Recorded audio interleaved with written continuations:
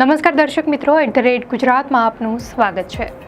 ગુજરાતમાં ચાંદીપુરા વાયરસના કેસો ઘણા વર્ષોથી સમયાંતરે જોવા મળ્યા છે। મહારાષ્ટ્રના ચાંદીપુરા ગામમાં 1965માં વાયરસનો સૌપ્રથમ કેસ નોંધાયો હતો। ગુજરાતમાં ચાંદીપુરા વાયરસનો ઇતિહાસ 2004 જેટલો જૂનો છે અને ત્યારથી સમયાંતરે કેસો નોંધાયા છે, પરંતુ 2024માં ખાસ કરીને ઘણા કેસો સામે આવ્યા છે। ચાંદીપુરા વાયરસ એક ગંભીર વાયરસ ચેપ છે જે ખાસ કરીને બાળકોમાં મગજ અને કરોડરજ્જુના સોજાનું કારણ બની શકે છે। ગુજરાતમાં 2024માં અરવલ્લી જિલ્લામાં ચાંદીપુરા વાયરસે હાહાકાર મચાવ્યા બાદ આ વર્ષે પણ બાળકોમાં ચાંદીપુરા વાયરસ અને મગજના તાવના કેસ સામે આવ્યા છે, જેમાં ખેડા, દાહોદ અને પંચમહાલમાં બાળકો મૃત્યુ પામ્યા છે। ખેડા જિલ્લામાં ચાંદીપુરા વાયરસથી એક બાળકનું મોત નીપજ્યું છે।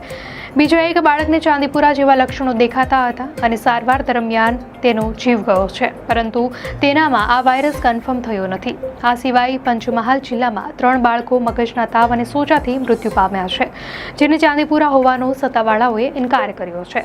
દાહોદમાં પણ એક બાળકનો ગયા અઠવાડિયે જીવ ગયો છે। ચાંદીપુરા વાયરસ અને વાયરલ એન્સેફેલાઇટિસના લક્ષણો અંદાજે સમાન છે અને ચોમાસાની ઋતુમાં ગુજરાતના ચોક્કસ ભાગોમાં જોવા મળે છે। પંચમહાલના મુખ્ય જિલ્લા આરોગ્ય અધિકારી ડોક્ટર વિપુલ ગામિત કહે છે કે ગોધરા, ખેડા, દાહોદ, મહીસાગર વગેરે જિલ્લા ચાંદીપુરા વાયરસનું જોખમ ધરાવતા વિસ્તારો છે। અહીં આ સિઝનમાં બાળકોમાં એન્સેફેલાઇટિસ પણ જોવા મળે છે। આ તાવ 15 વર્ષથી ઓછી ઉંમરના બાળકોમાં જોવા મળે છે। ચાંદીપુરા વાયરસના ફેલાવા માટે સેન્ટ ફ્લાય પ્રજાતિની માખીઓ મુખ્ય જવાબદાર છે। આ નાની લોહીચૂસતી માખીઓ સામાન્ય રીતે કાચા મકાનોની દિવાલોની તિરાડો, રેતી અથવા માટીથી બનેલા ભાગો અને ભેજવાળી ગંદી જગ્યાઓમાં રહેવાનું ખાસ પસંદ કરે છે। આ વિસ્તારમાં ઘણા ઘરોની દિવાલો પર પ્લાસ્ટર નથી હોતું, તેથી તેના છિદ્રોમાં સેન્ટ ફ્લાય ઈંડા મૂકે છે અને ચોમાસાની શરૂઆતની સિઝનમાં તેના માટે અનુકૂળ વાતાવરણ બને છે અને નાના બાળકો તેનો શિકાર બને છે। પંચમહાલના CDHO ડોક્ટર વિપુલ ગામિતના જણાવ્યા પ્રમાણે આ રોગ અચાનક ઝડપથી ફેલાય છે અને 8-9 કલાકમાં બાળકને હાઈગ્રેડ તાવ આવવા લાગે છે, ખેંચ આવે, તેનાથી બાળક બેહોશ પણ થઈ શકે છે। તેમણે કહ્યું, આ બધા કેસ ચાંદીપુરા વાયરસના છે તે કન્ફર્મ નથી। પંચમહાલમાં જે 3 બાળકોના મૃત્યુ થયા તેની પાછળ એક્યુટ એન્સેફેલાઇટિસ જવાબદાર છે, જેને મગજનો તાવ પણ કહે છે। તેમણે જણાવ્યું કે હાલમાં ICMRની રિસર્ચ ટીમ સેન્ટ ફ્લાય જંતુઓને પકડે છે। તેઓ અલગ-અલગ મચ્છર અને એક માખીને પકડીને રિસર્ચ કરશે। ડોક્ટર વિપુલ ગામિતે જણાવ્યું કે ગુજરાતમાં રાજપીપળાથી ઉપરના એરિયામાં છોટાઉદેપુર, દાહોદ, પંચમહાલ, ખેડા, મહીસાગર વગેરેમાં આવા કેસ આવતા હોય છે। તાજેતરમાં આવો એક શંકાસ્પદ ભરૂચમાં પણ આવ્યો છે। તેમણે કહ્યું કે અમારા એક સ્ટડી પ્રમાણે એજન્ટ, હોસ્ટ અને એન્વાયરમેન્ટ ભેગા થાય ત્યારે આ વાયરસ એક્ટિવ થાય છે।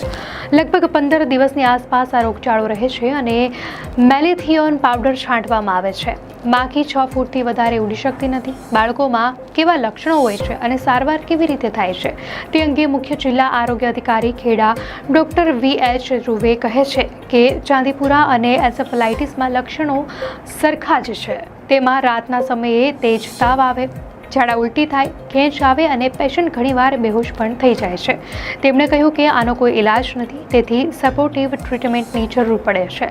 બાળકને તાત્કાલિક જિલ્લાની મેડિકલ કોલેજમાં ટર્શરી સારવાર મળે તો બચી જવાની શક્યતા રહે છે। રાજ્ય સરકારે સર્વેની સૂચના આપી છે, જેમાં કાચી ઈંટોના ઘર બનાવીને તેના પર પ્લાસ્ટર કર્યું ન હોય તો તેના પર મેલેથિયોન પાવડરનું છંટકાવ કરવામાં આવ્યો છે। તેમણે જણાવ્યું કે આવા કેસમાં બાળકને શક્ય એટલી ઝડપે પીડિયાટ્રિશિયન પાસે લઈ જવું ખૂબ જરૂરી છે। હવે જાણીએ કે ચાંદીપુરા વાયરસ ક્યાંથી આવ્યો। ચાંદીપુરા વાયરસનું નામ મહારાષ્ટ્ર રાજ્યના ચાંદીપુરા ગામ પરથી રાખવામાં આવ્યું છે। આ વાયરસ સૌપ્રથમવાર અહીં જ ઓળખવામાં આવ્યો। 1965માં ભારતમાં ખાસ કરીને મહારાષ્ટ્રના વિદર્ભ પ્રદેશમાં એક અજાણ્યા તાવના રોગચાળાની તપાસ ચાલી રહી હતી।